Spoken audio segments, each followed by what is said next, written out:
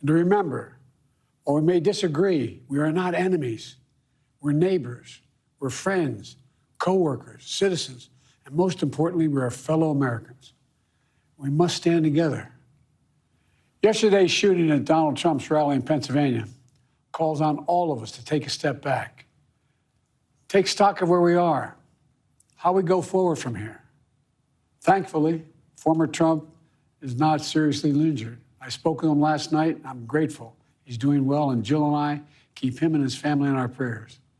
We also extend our deepest condolences to the family of the victims who was killed. Corey was a husband, a father, a volunteer firefighter, a hero, sheltering his family from those bullets. We should all hold his family and all those injured in our prayers. Earlier today, I spoke about an ongoing investigation. We do not know the motive of the shooter yet. We don't know his opinions or affiliations. We don't know whether he had help or support or if he communicated with anyone else. Law enforcement professionals, as I speak, are investigating those questions. Tonight, I want to speak to what we do know. A former president was shot, an American citizen killed, while simply exercising his freedom to support the candidate of his choosing. We cannot, we must not go down this road in America. We've traveled before throughout our history. Violence has never been the answer. Whether it's with members of Congress of both parties being targeted and shot, or a violent mob attacking the Capitol on January 6th, or a brutal attack on the spouse of former Speaker of the House, Nancy Pelosi, or information and intimidation on election officials, or the kidnapping plot against the sitting governor, or an attempted assassination on Donald Trump. There is no place in America for this kind of violence, or for any violence ever. Period. No exceptions.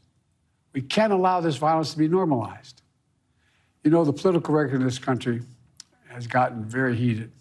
It's time to cool it down. We all have a responsibility to do that.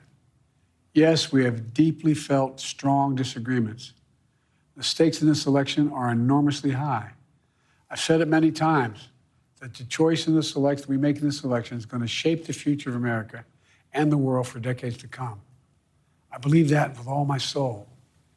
I know that millions of my fellow Americans believe it as well.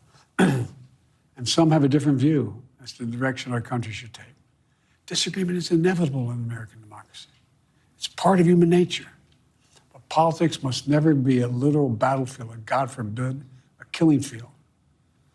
I believe politics ought to be an arena for peaceful debate, to pursue justice, to make decisions guided by the Declaration of Independence and our Constitution. We stand for an America, not of extremism and fury, but of decency and grace. All of us now face a time of testing as the election approaches. And the higher the stakes, the more fervent the passions become. This places an added burden on each of us to ensure that no matter how strong our convictions, we must never descend into violence. The Republican convention will start tomorrow. I have no doubt they'll criticize my record and offer their own vision for this country. I'll be traveling this week making the case for our record and the vision, my vision of the country, our vision. I'll continue to speak out strongly for our democracy, stand up for our Constitution and the rule of law, to call for action at the ballot box, no violence on our streets. That's how democracy should work. We debate and disagree. We compare and contrast the character of the candidates, the records, the issues, the agenda, the vision for America. But in America, we resolve our differences at the battle box. You know, that's how we do it, at the battle box, not with bullets. The power to change America should always rest in the hands of the people, not in the hands of a would-be assassin. You know, the path forward through competing visions of the campaign should always be resolved peacefully, not through acts of violence. You know, we're blessed to live in the greatest country on earth, and I believe that with every soul, every power of my being. So tonight, I'm asking every American to recommit, to think about it. What's made America so special? Here in America, everyone must be treated with dignity and respect, and hate must have no safe harbor. Here in America, we need to get out of our silos, where we only listen to those with whom we agree, where misinformation is rampant, where where foreign actors fan the flames of our division to shape the outcomes consistent with their interests, not ours. Let's remember, here in America, while unity is the most elusive of goals right now, nothing is more important for us now than standing together. We can do this. You know, from the beginning, our founders understood the power of passion. So they created a democracy that gave reason and balance a chance to prevail over brute force. That's the American we must be. An American democracy where arguments are made in good faith. An American democracy where the rule of law is respected. An American democracy where decency, dignity, fair play aren't just quaint notions, but living, breathing realities. We owe that to those who come before us, to those who gave their lives for this country. We owe that to ourselves. We owe it to our children and our grandchildren. Look, let's never lose sight of who we are. Let's remember we are the United States of America. There is nothing beyond our capacity when we do it together. God bless you all. May God protect our troops.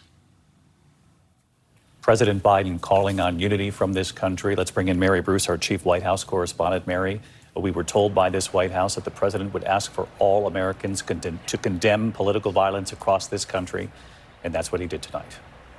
David, this was a heartfelt call for unity from the president, a strong condemnation of political violence. The president there straight off the bat saying it is time to lower the temperature in our politics, urging the nation to come together. But the president also recognizing just how difficult that is to do in this incredibly divisive time in our country. The president saying that this is a time of testing and that the higher the stakes, the greater the burden. And given what he himself has argued is at stake in this election, it is going to be very difficult to do what the president is doing. But he is essentially issuing a challenge to all Americans today to take out their anger and frustration at the ballot box, not through violence, essentially arguing that it is counter to what this country stands for, David. All right, Mary Bruce at the White House tonight as the president addresses the nation after this attempted assassination on former President Trump, calling for unity across our nation, saying we can have our political opinions, we should embrace each other's opinions, but we must do so peacefully, calling on all of us to condemn political violence. I should note that many of us here in the East will be watching a special report from ABC News just moments from now on the attempted assassination of former President Trump. Stay tuned for that. And many of you in the West will be able to see that same special at 8 p.m. in the West as well. Stay tuned. That special for millions of Americans begins right now. This has been a special report from ABC News.